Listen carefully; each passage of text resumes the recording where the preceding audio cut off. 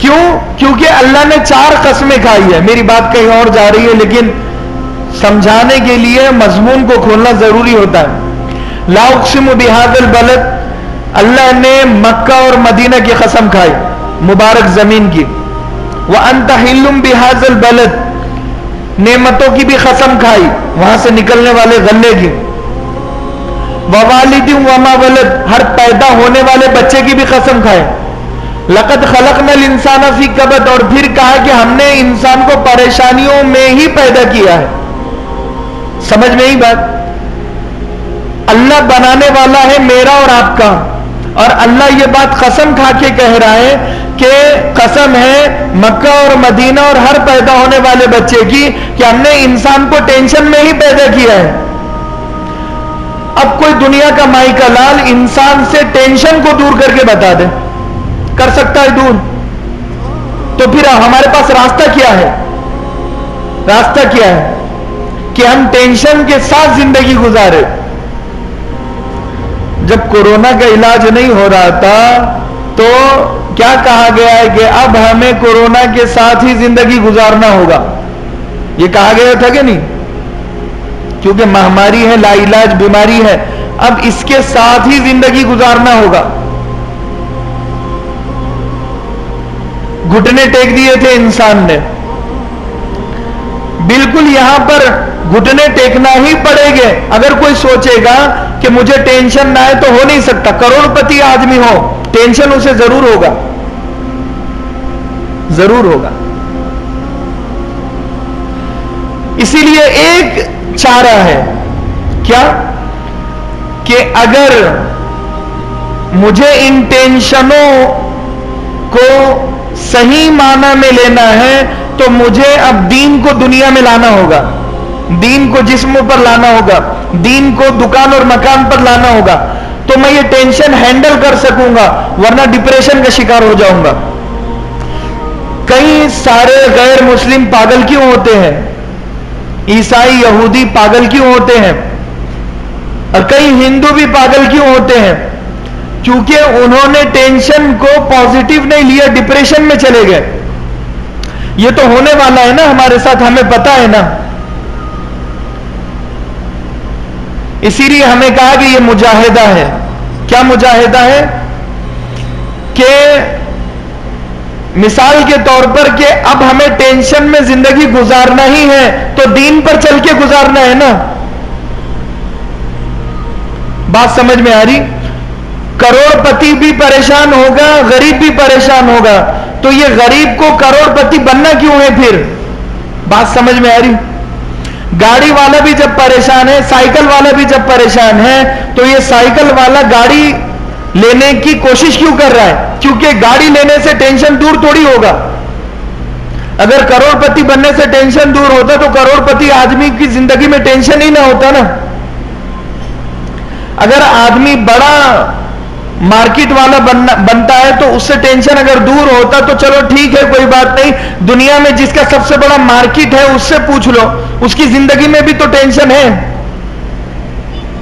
والذین جاہدوا فینا لنہدینہم سبلنا کا مطلب کیا ہے کہ اگر جو ہمارے راستے میں سنگھرش اور مجاہدہ کرے گا تو ہم اس کی مدد کریں گے، ہم اسے ہدایت دیں گے. ایک قدم، یعنی مثال کے طور پر آدمی فجر کے لیے اٹھ جائے، یہ اس کا کام ہے.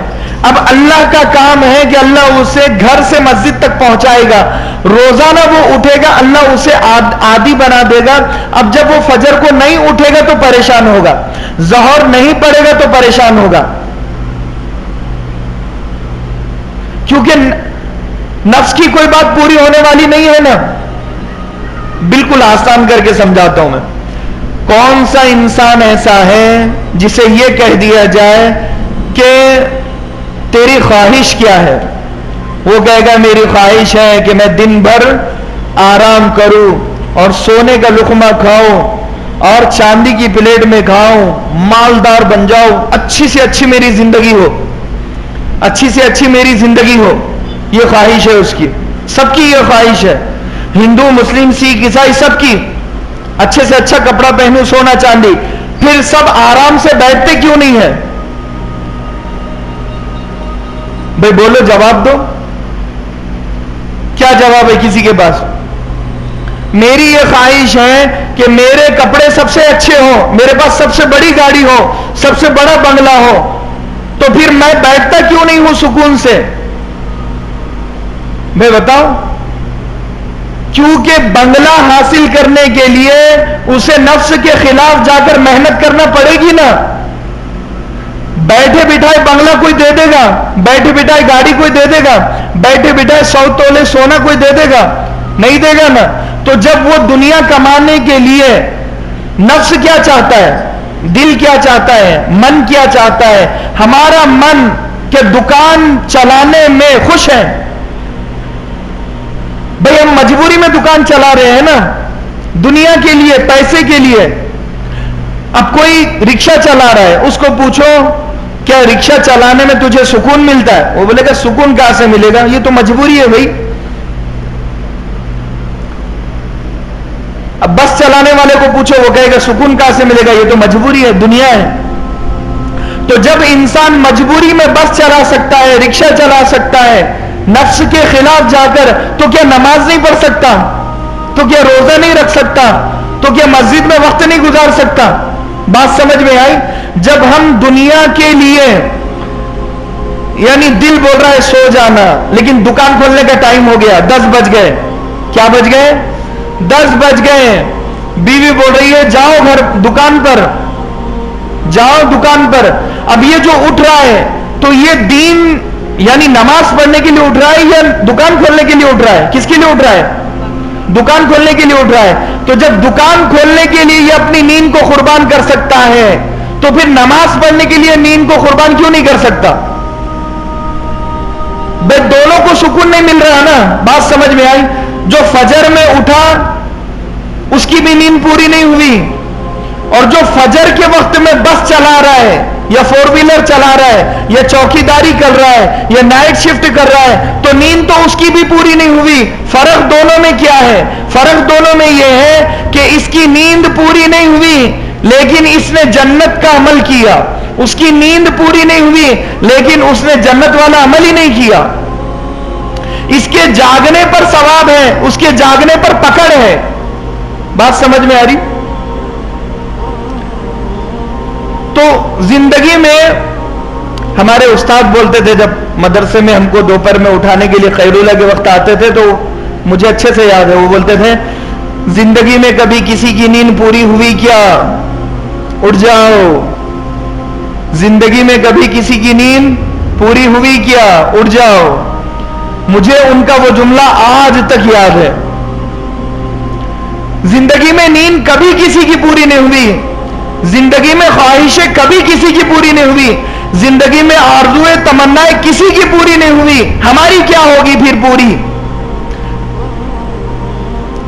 سمجھ میں آ رہی بات؟ تو جب اپنے آپ کو یہ منانا ہے کہ بھائی تو دکان پر بیٹھنے کے لیے 8 گھنٹے نکال رہا ہے اور نفس کے اگینسٹ جا رہا ہے، تو نماز پڑھنے کے لیے تو نفس کے اگینسٹ کیوں نہیں جا سکتا؟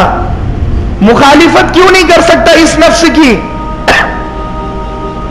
انسان کو کیا چاہیے؟ آرام، اور کھانے کے وقت میں کھانا، سونے کے وقت میں سونا، بس آرام۔ بھئی بہت اچھی زندگی ہے، فری ہو گئے۔ تو یہ سب چھوڑ کر سب دکانوں پر بیٹھے ہوئے ہیں، اور کوئی ٹوپی بیچ رہا ہے، کوئی آلو بیچ رہا ہے، کوئی پیاز بیچ رہا ہے، کوئی جانور بیچ رہا ہے، کوئی پرندے بیچ رہا ہے، کوئی گوشت کاٹ رہا ہے۔ یہ سب کیوں ہے اتنے سب پریشان؟ یہ سب سو سکتے تھے نا۔ بات سمجھ میں آ رہی بھائی؟ اللہ سمجھا دے۔ یہ سب اپنی نیند پوری کر سکتے تھے یا نہیں کر سکتے تھے سو کر؟ بھائی بولو، کر سکتے تھے نا؟ میں بھی، آپ بھی، ٹھیک ہے؟ ابھی آپ یہاں آنے کے بجائے گھر پر اگر نیند پوری کر سکتے تھے یا نہیں کر سکتے تھے؟ وہ جو دکان پر بیٹھے وہ بھی کر سکتے تھے نا، لیکن ان میں اور ہم میں کیا فرق ہے؟ نیند دونوں کی پوری نہیں ہوئی۔ ابھی کئی لوگ گھوم رہے ہیں، پھر رہے ہیں مارکیٹ میں، چوک پر، کئی دکانوں پر بیٹھے ہوئے ہیں، کئی گاڑی چلا رہے ہیں، کئی سگریٹ پی رہے ہیں، شراب پی رہے ہیں، تمباکو کھا رہے ہیں۔ تو نیند تو ان کو بھی نہیں ہے، نیند ہم کو بھی نہیں ہے، دونوں میں فرق کیا ہے؟ کون بتائے گا؟ ان کے نیند نہیں پوری کرنے پر اللہ اجر و ثواب دے گا، اور ان کے نیند نہیں پوری کرنے پر اللہ ان کی پکڑ کرے گا کہ تم جاگتے رہے پھر بھی دین کا کام تم نے نہیں کیا. بات سمجھ میں آ رہی؟ تمہارے پاس 8 گھنٹے دکان کے لیے تھے, 2 گھنٹے غیبت اور چغلی کے لیے تھے, اور 10 گھنٹے دوستوں کے لیے تھے, پب جی کے لیے تھے, گیم کے لیے تھے, یوٹیوب کے لیے تھے, فیس بک کے لیے تھے. ہر چیز کے لیے تمہارے پاس وقت تھا. تمہارے پاس تمہاری نمازوں کے لیے وقت کیوں نہیں تھا؟ روزوں کے لیے وقت کیوں نہیں تھا؟ عبادتوں کے لیے وقت کیوں نہیں تھا؟ یہ وقت کیوں نہیں نکلا تم سے؟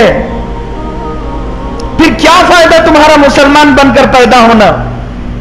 کیا ہم انہی چیزوں کے لیے پیدا ہوئے ہیں؟ کوئی رکشہ چلانے کے لیے, کوئی دکان چلانے کے لیے, کوئی مکان بنانے کے لیے. یہی ہمارا تعارف ہے. کیا ہم مسلمان ہیں یا ہم تاجر ہیں یا ہم ٹھیلا چلانے والے ہیں؟ ہمارا تعارف کیا ہے؟ کوئی اگر ہم سے پوچھے, ہم سے قبر میں 3 سوال کیے جائیں گے, تو ان میں سے ایک سوال کیا یہ سوال ہے, کیا تم نوکری کرتے تھے یا نہیں کرتے تھے؟ کیا تم دکان چلاتے تھے یا نہیں چلاتے تھے؟ کیا یہ سوال ہوگا؟